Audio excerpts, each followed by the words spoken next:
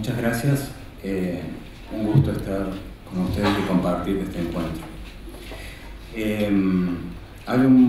un momento, digamos, en el silenciero, donde el silenciero encuentra en un texto de Schopenhauer sobre el ruido y el barullo algo que legitima, o en cierta manera es la letra que le permite leer como un espejo su propio inconsciente, ¿no? En relación con el temor el miedo y la lucha contra el ruido del mundo, ¿cierto? Que es uno de los ejes o el eje central de la novela. Entonces, a partir de eso, digamos, allí yo detecto un momento de la narración donde se produce un descentramiento de ese sujeto que es la voz que organiza el relato, porque a la vez hay un descentramiento textual que permite ver desde diferentes perspectivas lo que hasta ese momento se ha contado, ¿no? Y tomo como punto de partida lo que sigue, para lo que sigue a continuación. Hemos señalado en otra parte el diálogo oblicuo y decisivo que la escritura de Di Benedetto sostiene desde el relato, desde la ficción, con la filosofía, en particular con ciertas corrientes existencialistas. Puede afirmarse algo similar respecto a su diálogo, desde lo que relata con el psicoanálisis, en particular con el freudiano. Pero en este sentido, resulta importante subrayar que no es por esto su narrativa de tesis, en el sentido de que ciertas ideas previas provenientes de la filosofía o del psicoanálisis busquen luego ser representadas en la narración ficticia. Por aquello, Jimena Nespolo habla de Di Benedetto como escritor-filósofo, en el sentido que esta expresión adquiere para filósofos como Jean-Paul Sartre, Simone de Beauvoir y Albert Camus. Este último, quizá paradigmático para el escritor mendocino. Precisamente en el sentido que Albert Camus entiende el escritor filósofo, es que se puede comprender cómo Di Benedetto practica la relación entre escritura y pensamiento. Dice Camus: los grandes novelistas son novelistas filósofos, es decir, lo contrario de escritores de tesis. Así lo son Balzac, Sade, Melville, Stendhal, Dostoyevsky, Proust, Malraux, Kafka, por no citar más que algunos. Pero justamente el hecho de que hayan preferido escribir con imágenes más que con razonamientos revela cierto pensamiento que les es común, convencidos de la inutilidad de todo principio de explicación y del mensaje docente de la apariencia sensible. Fin de la cita. Es la idea de pensamiento con imágenes, en desarrollo desde la misma narración, aquella que postulamos, podemos observar que logra con plasticidad mimética, a la vez que versatilidad conceptual, reflexiva, esta novela dibenedettiana, un rasgo que no resulta exclusivo del silenciero, sino que igualmente puede apreciarse de manera similar en los suicidas. Es decir, en aquella plasticidad observamos al mismo tiempo una tensión estética, y desde esto una sugerencia reflexiva a los lectores del texto entre lo mimético y la suscitación conceptual, que es el orden de lo filosófico, si tomamos en cuenta aquella distinción de Leuciano entre lo filosófico, el concepto, la técnica, la ciencia, y lo agregado, el arte. Precisamente sobre vínculos entre lo agregado al mundo y lo conceptual tratan estas páginas. Pero lo apuntado asimismo refuerza otro aspecto. Aquella plasticidad mimética, conjugada con esa versatilidad conceptual, reflexiva, notable desde el mismo interior del texto, surgida de la diégesis del relato, posibilita comprender en el silenciero aquel enlace entre lo psicológico en constante crisis, apreciable en las conductas y acciones del actor ficcional, voz protagonista, y las miradas filosóficas que él mismo, otros personajes e incluso el lector, interpelado por lo que lee en el relato, construyen sobre su situación. El lector, tal como Reato, y sobre todo como Bessarion, puede trazar conjeturas sobre la situación existencial de esa identidad en constante crisis a partir de la percepción del ruido por parte del silenciero, pero para relacionarlo, a su vez, con lo psicológico. Cita: mucho antes, cuando vivía con mi madre, Bessarion me hizo un diagnóstico. Su aventura contra el ruido es metafísica. ¿Por qué lo dice? No puedo entenderlo, no conozco una palabra de esa materia. Pretendió estar al corriente. Usted oye ruidos metafísicos. Y después, unas líneas abajo, Bessarion le dice a la vez al protagonista: pero está equivocado o agranda, su trastorno es fisiológico o psíquico o nervioso, fisiología, no metafísica. Bessarion ensaya diferentes miradas que se conectan acerca de la reacción obsesiva-agresiva entre lo otro del mundo que su amigo percibe como amenazante. Y en ese ensayar enlaza esos aspectos, lo filosófico, lo psicológico, que nos resultan relevantes desde esta novela. La posibilidad de reflexionar sobre la tensión entre identidad y otredad en El silenciero se da entre esa representación de lo psicológico y las miradas que lo filosófico vuelve sobre ello, desde el adentro textual. Las otredades, lo otro, según lo ya sugerido, surge como una problemática muy interesante de pensar en un primer movimiento en diálogo con el psicoanálisis. El silenciero, a pesar de su prosa tan sugestivamente transparente, pone en escena la opacidad del sujeto, opacidad en primer lugar problemática para sí mismo, pero además desde allí dialoga con posibles marcos filosóficos que se interrogan sobre todo por lo existencial.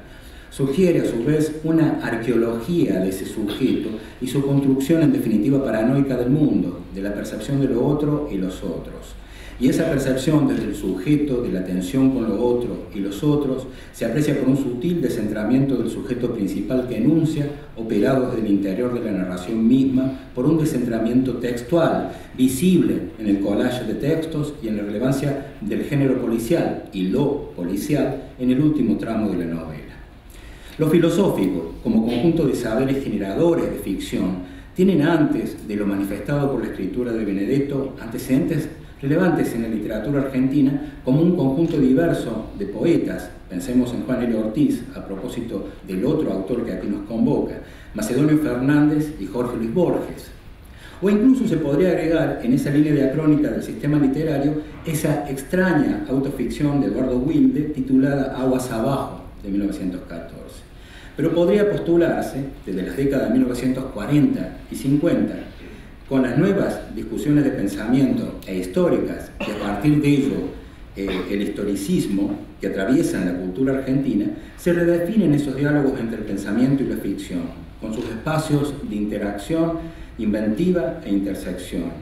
Así, a la luz de la nueva importancia que adquiere la historicidad, tanto en el pensamiento filosófico en sí, como para reflexionar sobre la ficción, saberes como los diversos existencialismos y el psicoanálisis realimentan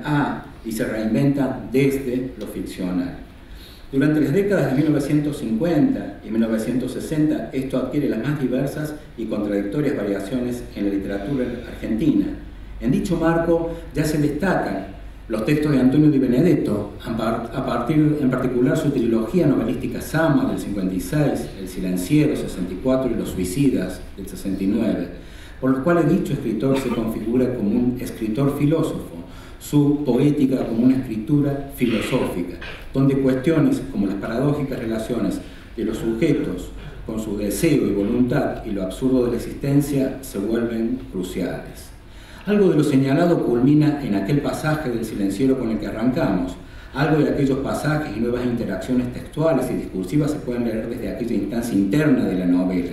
desde el adentro textual. Ahora bien, esto mismo, observado desde el presente, manifiesta una novedad que requiere ciertas especificaciones. Un grado diferente de interacción que los escritos benedettianos sugieren entre lo filosófico y lo ficcional, incluso entre lo psicoanalítico en el sentido de filosofía cultural, y que lo distinguiría de lo macedoniano y borgiano, es aquella mayor implicación para escribir el pensamiento y lo pensable en imágenes más que con razonamientos, en el sentido en que Camus insiste, y que dicha percepción por parte de los lectores se aprecie desde el campo de experimentación de la novela, esa forma que más que género podría ser pensada en ciertos casos como una pluriforma.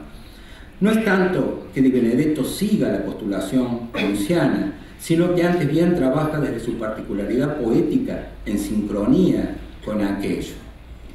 lo cual se contacta con elementos que aportan a la conformación de la poética de Juan José Saer casi desde sus inicios en el segundo lustro de los 50 y sobre todo en los 60. Retomar el valor pulsional que tiene la escritura, cuestionando con ello posibles distinciones convencionales entre lo real y lo ficcional. Entender lo literario como un espacio crítico donde se juega tanto lo ontológico de los seres y cosas en el mundo y los sentidos profundos de la historicidad, problematizar las constituciones contradictorias y complejas de los sujetos a lo largo de su existencia, entre el objetivo de la historicidad y las turbulencias de la subjetividad, como reflexiona Saer en algún ensayo, lo cual forma parte, nos parece, de cómo Saer entiende la literatura experimental ya desde los tempranos 60 y que, paralelo e igualmente implicado a sus narraciones, despliegan su escritura. Ya por esto, en 1964 señala: estos hechos justifican naturalmente la experimentación novelística y de igual manera la teoría de la novela, experimentación en el interior de la novela misma, operada sistemáticamente por el artista creador, condicionada por diversas individualidades que reflejan todas las potencias de su personalidad, y teoría de la novela entendiendo por esto una sistematización del conocimiento de la verdad novelística, observado en el desarrollo histórico de sus formas, en sus relaciones con la sociedad que las ha producido y en el análisis de las estructuras íntimas de las obras consideradas en su unicidad absoluta. Fin de la cita. Y antes ha marcado que, correspondiendo al indudable cambio de perspectiva filosófica y científica que se produce con el paso del siglo pasado a nuestro siglo, el cambio específico de novela ha liquidado ya para siempre la pretensión de romper formas y los procedimientos de los grandes maestros de la narrativa del siglo XIX. Y luego dirá en diferentes momentos que un escritor debe tomar el punto más alto en que encuentra la literatura de su tiempo para partir de allí desplegar su poética, para afirmar en 1982 que, a través de la experimentación, la vanguardia pone a prueba o desbarata las consignas arbitrarias del poder cultural. Pero hay que tener en cuenta también que la vanguardia misma puede transformarse en una consigna arbitraria, señalando así Saer que la función de la literatura es asumir la experiencia del mundo en toda su complejidad, con sus indeterminaciones y sus oscuridades, y tratar de forjar a partir de esa complejidad formas que lo atestiguen, subrayo, y lo representen. Función en la cual el escritor tiene el inmenso privilegio de forjar para todos imágenes que son emblema del mundo. Eso también lo subrayo. Subrayamos lo último porque se contacta con Di Benedetto y la reflexión camusiana de 1951, traducida al español en 1953. Se puede apreciar tanto de los adentros textuales de las narraciones saerianas como de sus contextos ensayísticos, la incidencia de ciertas posiciones de Sartre en Saer, incluso reelaboradas. Hay resonancias de ello en la anterior cita. Pero, como también es sabido, su diálogo con lo filosófico, central en su postulación de que la narración es un modo de conocer, abarca muchas otras referencias retrabajadas de manera inventiva, transformando su posible recepción sartreana, por ejemplo, en interacción crítica con Freud y Adorno.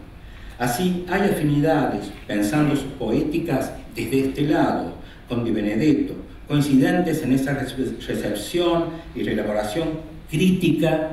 y heterodoxa de ciertos escritores filósofos, sobre todo para ir hacia ese logro de narrar con imágenes más que con razonamientos. Lo señalado, relevante para Saer y Di Benedetto y sus escrituras, en el primero también es una constante con variaciones, que se puede leer desde cada uno de sus textos, desde aquellas construcciones sensibles de los sentidos, como define lo estético. Ahora bien, entre Los Suicidas, 1969, y la segunda edición del Silenciero, 1975, que incorpora los textos en collage, ¿no?, que es cuando Di Benedetto lleva a la culminación esa estética que combina moderadamente lo mimético y lo experimental, y donde se vuelve más evidente ese pensar en imágenes que busca en el lector, es conjeturable que se confirma para Saer, decimos, el carácter de precursor de su poética que él lee en la poética del mendocino. Por supuesto, se arriba a esto porque se lo viene buscando desde antes, pero podríamos postular que el momento de gran sincronía, donde la poética de benedettiana se consolida en su peculiar diálogo con la reflexión filosófica y la de Saer comienza a mostrar su mayor irradiación desde el lenguaje y la escritura de esto, ¿no?, es 1968-69, año de los Suicidas y Cicatrices. Dos novelas donde lo filosófico y psicoanalítico, pero desde los actores ficcionales, y lo narrado en movimiento, interroga lo tanático, la muerte, hacia donde parece ir el sentido de los mundos que configuran.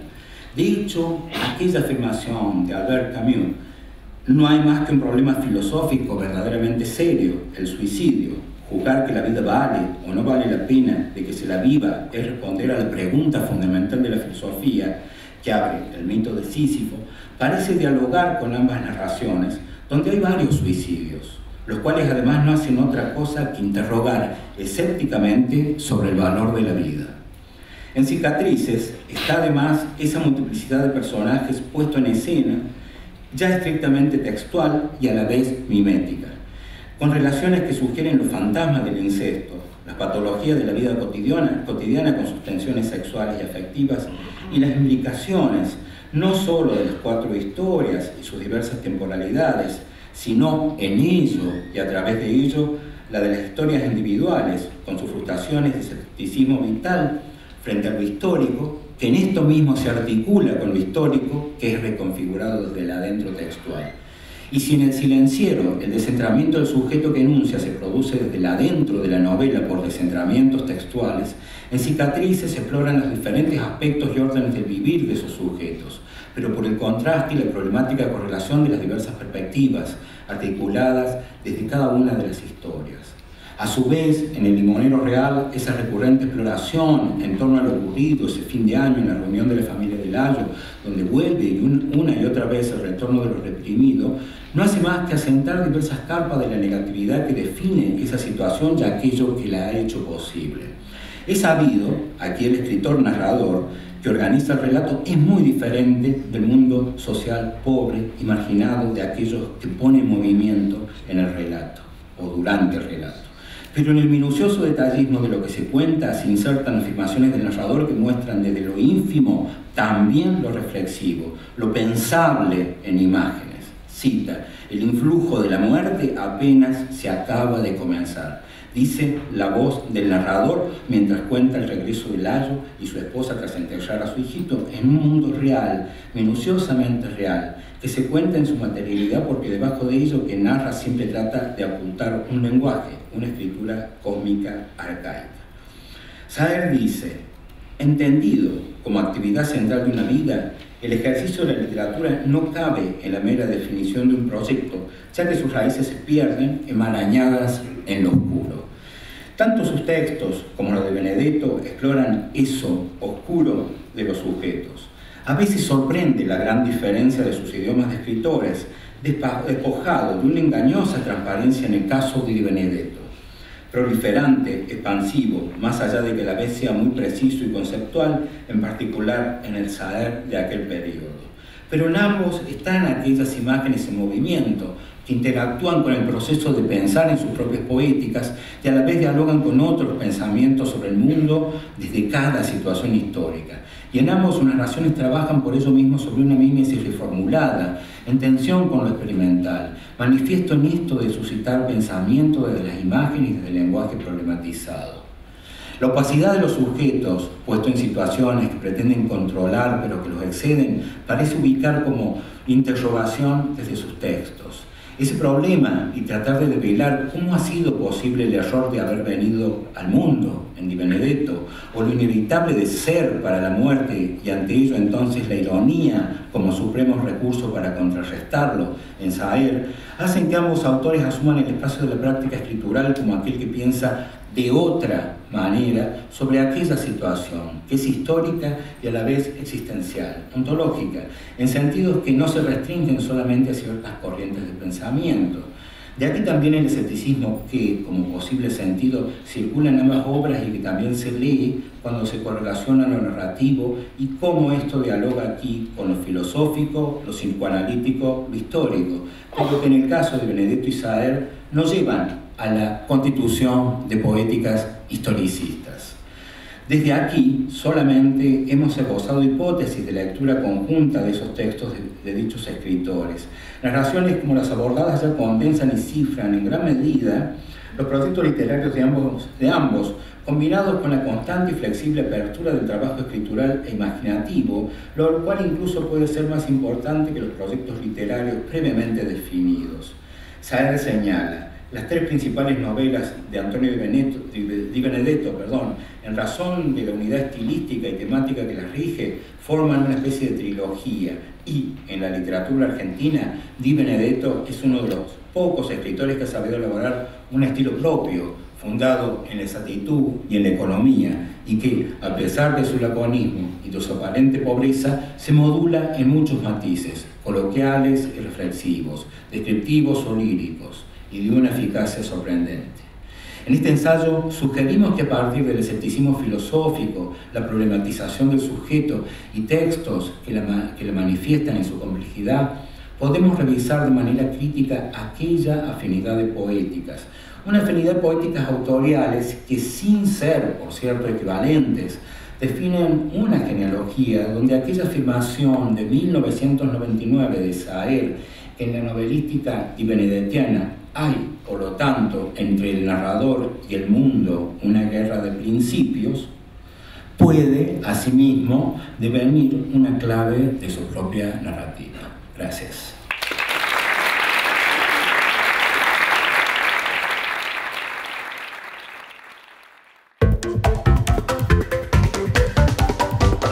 Provincia de Santa Fe.